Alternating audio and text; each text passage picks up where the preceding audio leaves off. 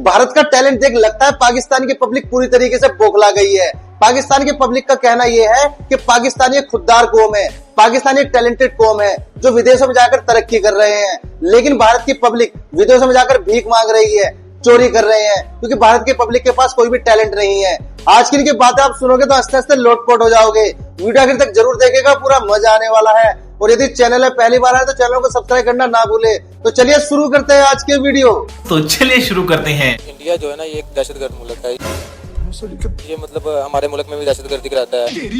पागल हो गया। चीन के प्राइम मिनिस्टर को चाहिए था कि इंडिया को निकाल देता, पाकिस्तान को शामिल कर दो। अब इंडिया प्राइम मिनिस्टर कह रहा है कि पाकिस्तान को शामिल न करे। वो कौन होता है? बाप है हम लोग तेरे, समझा? इंडिया तो मेन पार्ट है ब्रिक्स का। इंडिया को कैसे जो है वो चीन निकाल सकता है? पागल है साला। आपको पता है कि ब्रिक्स है क्या? ब्रिक्स ये जो सारे मुल्क मिलकर वो कर रहे हैं ना कॉन्ट्रैक्ट के, एक मतलब हम अपनी वो बनाए, इसको क्या बोलते हैं, एक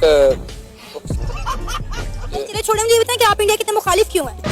मुखालिफ इसलिए है, वहाँ पे मुसलमानों पे जुल्म होता है, आपके सामने है आए दिन। वहाँ पे मुसलमान, मैंने किसी वीडियो देखी थी, मुसलमानों को अजान नहीं देने दे रहे मस्जिद में। चले एक काम कर, 200 रुपए दे और 50 रुपए काट ओवर एक्टिंग की वजह से। पाकिस्तान का कहना है कि इंडिया जेलस हो रहा है। क्या मतलब? कि पाकिस्तान एससीओ मीटिंग क्यों होस्ट करवा रहा है? आपको लगता है कि इंडिया को इतनी सी बात मैटर करती है? हमको घंटा फर्क नहीं पड़ता है। बिल्कुल होगा, इंडिया को जेलस होने के अलावा कुछ भी नहीं आता। क्यों इंडिया क्यों जेलस होगा? उनके पास तो बहुत कुछ है, हम तो सिर्फ एक मीटिंग होस्ट करवा रहे हैं ना। वो चाहते हैं कि पाकिस्तान सुई क्यों बना रहा है। अच्छा, कुछ भी। इस वजह से वो मीटिंग तक आ गया, इस वजह से। लेकिन पाकिस्तान तो सुई भी नहीं बना रहा, हम तो वो भी चाइना से ले रहे हैं। तो पाकिस्तान पीछे नहीं है, लेकिन काफी मुल्कों से थोड़ा सा कम है, लेकिन बहुत ज्यादा आगे जा रहा है। अरे कहना क्या चाहते हो? पाकिस्तान की जो भी तरक्की है वो नहीं देखी जा रही उससे। पाकिस्तान तरक्की कर रहे हैं? जी बिल्कुल कर रहा है तरक्की। जैसे कि ट्रांसपोर्ट को लेके बहुत ज्यादा अच्छा हो रहा है, निजाम भी अच्छा हो रहा है। जब चलान 2-2 हजार के होंगे, हर कोई हेलमेट पहनेगा। इसको आप तरक्की कहते हैं? जी बिल्कुल। चुप है, मुहिब्बे वतनी यहाँ नजर आती है। तो पाकिस्तान के एक नॉर्मल मुहिब्बे वतन का ये हाल है कि वो भारत वालों के 5-7 फौजी घर के पांड्या ना उन्हें भड़का देने। क्या बात करते हैं? ये हालात है पाकिस्तान की आवाम के, तो फिर आप पाकिस्तान की आर्मी को चैलेंज कर ही नहीं सकते। अबे साले, तो गेम बचाना। और अगर आपके अंदर इतना पानी है तो आप करें ना वॉर ब्रेकआउट करें, देख लें हम आपका क्या हशर करते हैं। अब तू गया बेटा, अब तू गया, देख तेरी औकात मैं दिखाता हूँ। हमारे तो टैंकों के अंदर पेट्रोल ही नहीं है। निकल लो, पहली फुर्सत में निकल। वर्ल्ड बैंक ये बात कहता है कि पाकिस्तान अपने हमसाये ममालिक से बहुत पीछे रह गया है। जो हमसे अलग हो गए, बाद में बने, उनसे भी बहुत पीछे रह गया। अभी हालात और वक्त का तकाजा है कि पाकिस्तान को अपनी नेबर कंट्री से बनाकर रखनी पड़ेगी। खाने को चने नहीं, पिछवाड़ा मांगे जायफल, तनख्वाह 550, कंधे पे टांगे राइफल। इंडिया बहुत बड़ा मुल्क है, नो डाउट इकोनॉमिकली और स्ट्रेटेजिकली भी आप उसे इग्नोर नहीं कर सकते हैं। यही नहीं, अभी और सुनिए। मोदी और इंडिया बिल्कुल ऐसा बना हुआ है कि मतलब बेगाने शादी में अब्दुल्ला दीवाना, ठीक है, वो वाला सीन हो गया। लेकिन नो डाउट कि इस वक्त की उनकी फॉरेन पॉलिसी बहुत ही बुरी चल रही है। यानी तारीख का बदतरीन इस वक्त जो इंडिया का फॉरेन पॉलिसी है वो इस वक्त चल रहा है। तो लग रहा है ट्रम्प मोदी को मुज़ाकरात में इन्वॉल्व करना चाह रहे हैं। नहीं, मोदी मुज़ाकरात में इन्वॉल्व हो ही नहीं सकता, पॉसिबल ही नहीं है, क्योंकि ना वो इतने बड़े पावर हैं कि वो किसी को कन्वेंस करें कि अच्छा। हाँ, ना वो इतने बड़े पावर हैं कि वो किसी को कन्वेंस करें कि आप ये जंग ना करें। जैसे कि पाकिस्तान और इंडिया के जंग के दौरान अमेरिका ने कन्वेंस किया था अपने पावर के बलबूते पर, वो तो सब दुनिया ने देख लिया, ठीक है। नहीं। जिस टाइम पे पाकिस्तान में पूरी दुनिया के जो है वो फैसले हो रहे होते हैं, वर्ल्ड वॉर 3 रुकवाने की बात हो रही है, इंस्टाग्राम और टिकटॉक के रील्स पे मीम्स बन रहे हैं पाकिस्तानी पासपोर्ट को लेकर, वो सब। कैसा लगा मेरा मजाक? हमारे पास अल्हम्दुलिल्लाह सब कुछ है, माशियत है। नहीं है, हमारे पास है, बिल्कुल है। कौन से नंबर पे हम माशियत? हम देखें, गंदुम हमारी बाहर जा रही है, बैगन टमाटर है हमारे बाहर जा रहे हैं, हमारे देखे अनाज जो है ना हमारे बाहर जा रहे हैं। क्यों जा रहे हैं? यही सब कुछ हमसे मांगते हैं। हमारे पास नमक की काने हैं, उनके पास नमक की काने नहीं है। अच्छा। वो थर्ड लार्जेस्ट प्रोड्यूसर है कि हमारी गलत फहमी है, वो दुनिया के तीसरे बड़े एक्सपोर्टर और प्रोड्यूसर है नमक के। और नहीं तो क्या? हम लोग यहाँ प्रोडक्शन नहीं हो रही, गंदम हम बाहर से मंगवा रहे हैं, वो हमसे नहीं लेते। निकल, पहली फुर्सत में निकल। ये पढ़े, India is the third largest producer of salt in the world. Major salt producing states of India Gujarat, Rajasthan, Tamil Nadu, Maharashtra, Andhra Pradesh, Karnataka and Odisha. सब कुछ गलत है। ये हम भी लिख सकते हैं। गूगल है, ये गूगल है। मैं भी गूगल पे जाके सब कुछ मेंशन कर सकती हूँ। गूगल है, गूगल में मैं जाके मेंशन कर सकती हूँ। हम करें तो करें क्या, बोले तो बोले क्या।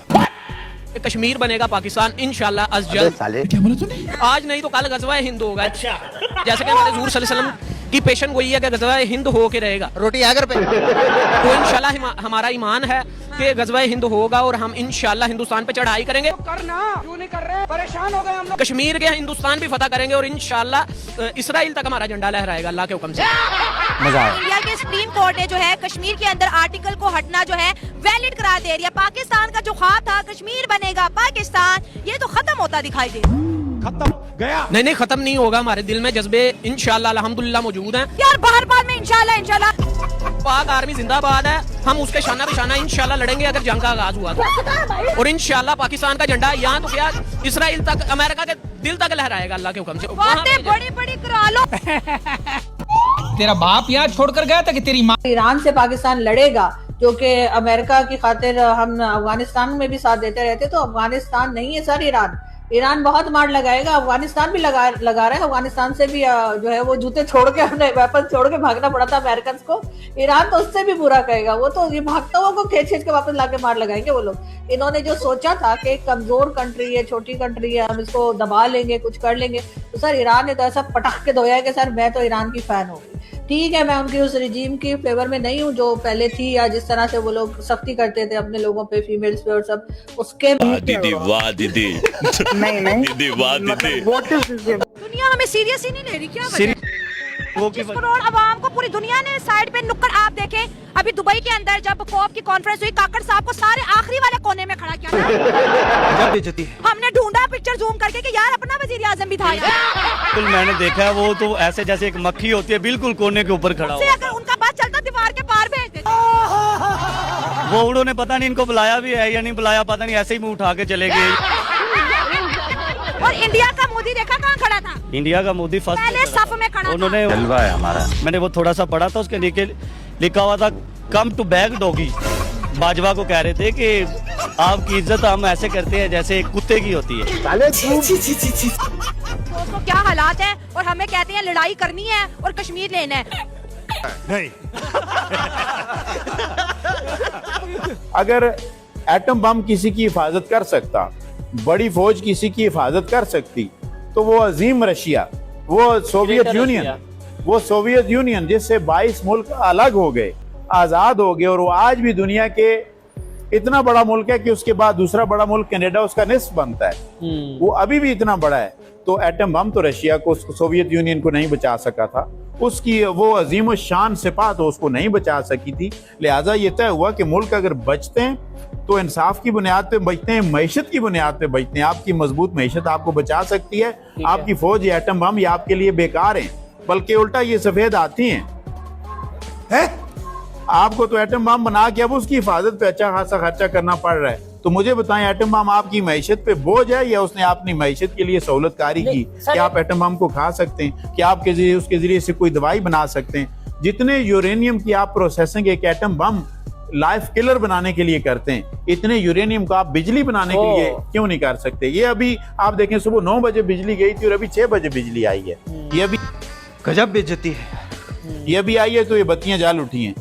जिस शहर में 8-8, 10-10 घंटे बिजली नहीं, और आप एटम बम को चाटते हैं जी कि हमारे पास एक एटम बम है, हमारे साथ कोई नहीं छेड़ सकता। जब आपके पास एटम बम नहीं था तब भी आपके साथ किसने छेड़ लिया? किसने आप पे हमला किया? कोई हमला नहीं किया जाता है ना कि मतलब अगर एटॉमिक पावर ना थे तो आज इंडिया जो सा वो हमला कर देता, आज ये हो जाता, वो आज हो जाता। मतलब आप इसके बारे में क्या इंडिया, मैंने जो स्टार्ट में क्वेश्चन किया था, इंडिया हमला करेगा या कर सकता है? इंडिया के पड़ोस पे छोटे छोटे नुक्तों जैसे, अगर आप नक्शे को देखें, नुक्तों जैसे ममालिक हैं, मालदीव, भूटान, नेपाल, श्रीलंका। इन पे कब्जा करने में तो इंडिया को कुछ घंटे लग जाते हैं। ये सारे एटमी ताकतें नहीं है भाई, बात तो सही है। इनमें से किसी के पास नंबर 1 फौज नहीं है, किसी के पास इस्लामी एटम बम या गैर इस्लामी एटम बम नहीं है, लेकिन ये ममालिक आज़ादी और खुद मुख्तारी के साथ, एक डिग्निटी के साथ, ऑनर के साथ इस दुनिया के नक्शे पर मौजूद हैं। और इनसे भी छोटे छोटे ममालिक मौजूद हैं।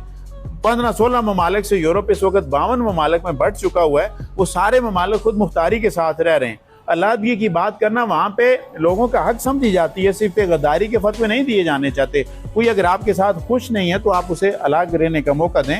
मुमकिन है वो अलग रह के ज्यादा खुशहाल हो जाए और आप भी हो जाएं। तू साला भोला दिखता है लेकिन है एकदम होशियार हो लुच्चा। 78 ईयर हो गए हैं, कश्मीर वहीं का वहीं खड़ा है और यूएनओ कुछ नहीं कर सकी। जलवा है हमारा। उन्होंने इसराइल बनाना था, बना दिया, पूरी दुनिया देखती रही। अच्छा बात नहीं है। ईरान के साथ जो पाइपलाइन है, ईरान पाकिस्तान गैस पाइपलाइन, उसको हम कंप्लीट करेंगे। तो अमेरिका ने कहा भाई आपके ऊपर हम सैंक्शंस लगाएंगे, क्या पाकिस्तान रेडी है इसके लिए? पाकिस्तान कभी भी रेडी नहीं हो सकता। वो इसलिए है कि पाकिस्तान मांगता है, मांगने वाले की कोई इज्जत नहीं होती। क्या रे भिख मंगिया? सर आप बड़े सीनियर हैं, कोई ऐसी उम्मीद की शमा जला दें जिससे आने वाली यूथ को कुछ हौसला हो जाए कि चलो कि हम दोबारा से जी उठेंगे। ये जो जिल्लतों के जो बादल है, ये जो गुर्बत है, ये जो हम पे जो इंटरेस्ट का जो बर्डन है, जो IMF का प्रोग्राम है, ये सब खत्म हो जाएगा, हमें थोड़ा सपोर्ट मिले। ऐसा नहीं हो सकता। Are you comedy me? Modi है ही बेकार, मोदी तो मेरिट पे नहीं है। आपको कैसा लगता है मोदी बेकार है? 2014 के अंदर प्राइम मिनिस्टर नरेंद्र मोदी जब आए थे उस वक्त इंडिया वर्ल्ड की 10th लार्जेस्ट इकोनॉमी थी। इस वक्त इंडिया वर्ल्ड की 4th लार्जेस्ट इकोनॉमी बन गई है। IT के अंदर इंडिया ने $150 बिलियन की एक्सपोर्ट से ज्यादा क्रॉस कर दी है। $200 बिलियन से भी ऊपर चले गए इंडिया। और इस वक्त इंडिया, आपको पता है, अभी कल की मैं बात कर रहा हूँ, अभी इंडिया ने एयर स्पेस के अंदर हिस्ट्री का सबसे पावरफुल सैटेलाइट स्पेस पे भेजा है। मून के ऊपर इंडिया मोदी के दौर के अंदर गया है। सही है। तो आपको क्या लगता है, क्या प्राइम मिनिस्टर मोदी कोई तरक्की नहीं की? उन्होंने तो इंडिया को बहुत ज्यादा आगे लेके चले गए। नहीं है ना, मेरिट पे तो नहीं है ना। वोट मिले भाई उन्हें, वोट करोड़ों लोग पसंद करते हैं उन्हें। यही तो मसला है कि पाकिस्तान में कभी वोट की अहमियत दी गई है? आप ये बताओ ना। तो पाकिस्तान का निजाम तो अलग है ना। अरे बेटे तुझे थकान नहीं लग रही क्या? ये बोलेगा पाकिस्तान की कौम एक खुददार कौम है। क्या बात करता है तू? इंडियन की बात करते हैं आप। मैं 2004 से बिजनेस कर रहा हूँ वहाँ पे इम्पोर्ट एक्सपोर्ट का। वहाँ पे इंडियन अपना वो हुनर बेचने के लिए वहाँ पे ये आता है जी 800 दिरहम मुझे दे दे। वो एक नौकरी 800 रुपए में कर रहा है। पाकिस्तानी खुददार कौम है, वो कहते हैं मैंने 1600 से कम नहीं लेना, 1200 से कम नहीं लेगा। तो आप मुझे कैसे कह सकते हैं कि वो उनके पास टैलेंट है? वो टैलेंट नहीं बेच रहे, भीख वो लोग मार रहे हैं। हम लोगों के पास तो टैलेंट है, हम नहीं बिकने के लिए तैयार। टैलेंट है हमारे पास, तो फिर जर्मनी 90,000 वर्क वीजा इंडियंस को क्यों दे रहे हैं? पाकिस्तानियों को क्यों मांगने वाली कौम है? भीख मांग रही है, उनको मिलेगा? ये तो हम मांगते हैं, IMF से भीख हम। ये लोग बैठे हुए अपने मुल्क में खुश है सारे। यहाँ बात सुन मेरे भाई, रोटी आगर पे पाकिस्तानी भीख मांग रहे हैं। सऊदी अरेबिया में, ईरान, इराक में, UAE में डिपोर्ट किया जा रहा है पाकिस्तानियों को। ये तो पाकिस्तानी कौम जो ना मेरे समेत जाहल है। सही है। खतरनाक लोग हैं। पाकिस्तान ये कह रहा है कि अगला हमारा जो टारगेट है दैट इज कोलकाता। कलकत्ता जो है उसकी सारी बात है, बड़ी वैल्यू है। मुंबई ठीक है ना जी। तो अब इस चीज को देख रहे हैं सारे कि मुंबई तक जब आप जाएंगे तो क्या आपकी वो जिसे कहते हैं ना वैल्यू होगी या क्या होगा। ठीक है ना जी, ठीक है जी। मुझे ये लगता है कि ये जितने भी बड़े बड़े शहर हैं ये यहाँ पे आके चीजें नहीं रोकेंगे। एक गांड पे रैप्टा मारा ना, सड़क पे हकता फिरेगा।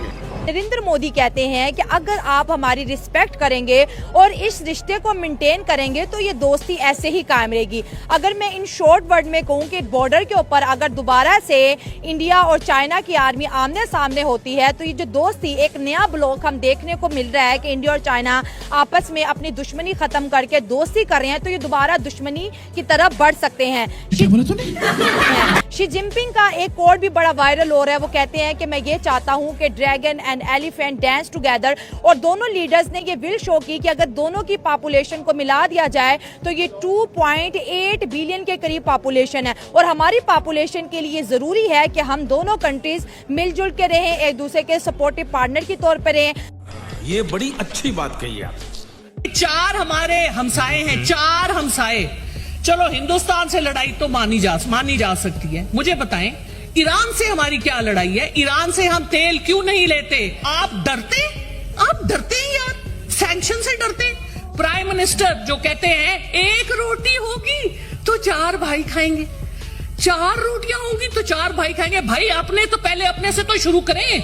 कोई आपके मुल्क में इन्वेस्ट नहीं करना चाहता। आप जाएं गोटे गिट्टे पकड़े चीन के, सऊदी अरेबिया के, अमेरिका के, लेकिन क्या मिलेगा? जिस इंसान में खुद एतमादी और अपने पे फख्र नहीं है, उसको बाकी भी जूतियों की नोक पे लेंगे। और हमारे सर पे आप वो लोग मुसल्लत करते हैं जो सब कुछ यहाँ से उठा के गिद्धों की तरह इस मुल्क को खा के बाहर ले जाते हैं और कोई पूछने वाला नहीं है। दीदी वाह दीदी, नहीं दीदी वाह दीदी। अब आप देखिए, दुनिया का सबसे बड़ा स्टेडियम इंडिया में है, दुनिया का थर्ड मोस्ट मतलब जो बड़ा स्टेडियम है, तीसरा सबसे बड़ा स्टेडियम भी इंडिया में, चौथा बड़ा स्टेडियम भी इंडिया में। तो मतलब उधर 90,000 की कैपेसिटी के स्टेडियम भी हैं, उधर जो है 1,20,000 की कैपेसिटी के स्टेडियम है। नरेंद्र मोदी स्टेडियम अहमदाबाद दुनिया का सबसे बड़ा स्टेडियम है। अब वो उससे बड़ा स्टेडियम भी बनाने जा रहे हैं इंडिया में, नरेंद्र मोदी स्टेडियम से बड़ा स्टेडियम बनने जा रहे हैं, और अच्छी टेक्नोलॉजी वाला स्टेडियम जिसमें लाइट्स होंगी, जिसमें टेक्नोलॉजी इस्तेमाल होगी, अच्छी सीट्स के ऊपर काम किया जा रहा है, अच्छे स्टैंड्स के ऊपर काम किया जा रहा है, अच्छी गैलरी के ऊपर काम किया जा रहा है। बस हवा निकल गई।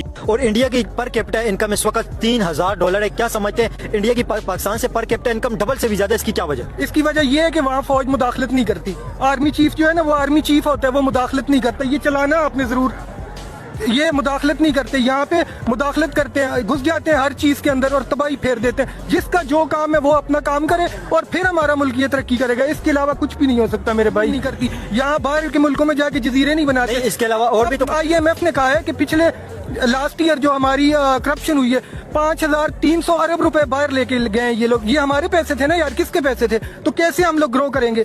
जब तक ये करप्शन नहीं खत्म होती यहाँ कुछ भी नहीं हो सकता। करप्शन की वजह से पाकिस्तान पीछे। करप्शन भाई, करप्शन। हर इदारे को अपना काम करना चाहिए। जो इदारा जिस काम से है वो अपना काम करे, तो तब ये करप्शन भी खत्म होगी, इकोनॉमी भी ऊपर जाएगी, गरीब भी खुश होगा। लेकिन जब तक भाइयों, उम्मीद करते हैं हमारी ये वीडियो भी आपको जरूर पसंद आई होगी। और हमारी आज की इस वीडियो में आपको सबसे फनी या सबसे इंटरेस्टिंग क्लिप्स कौन सी लगी, कृपया टैग करके उसके बारे में कमेंट जरूर कीजिएगा। और यदि आप चाहते हैं कि हम आपके लिए किसी नए टॉपिक के वीडियो लेकर आए या पाकिस्तानी टॉपिक पे किसी अलग टॉपिक के वीडियो लेकर आए, तो हमें उस टॉपिक का नाम भी कमेंट करके बता सकते हैं। दोस्तों, आज की वीडियो देखने के लिए धन्यवाद। कल फिर मिलते हैं एक नई वीडियो के साथ। जय हिंद, जय भारत, वंदे मातरम।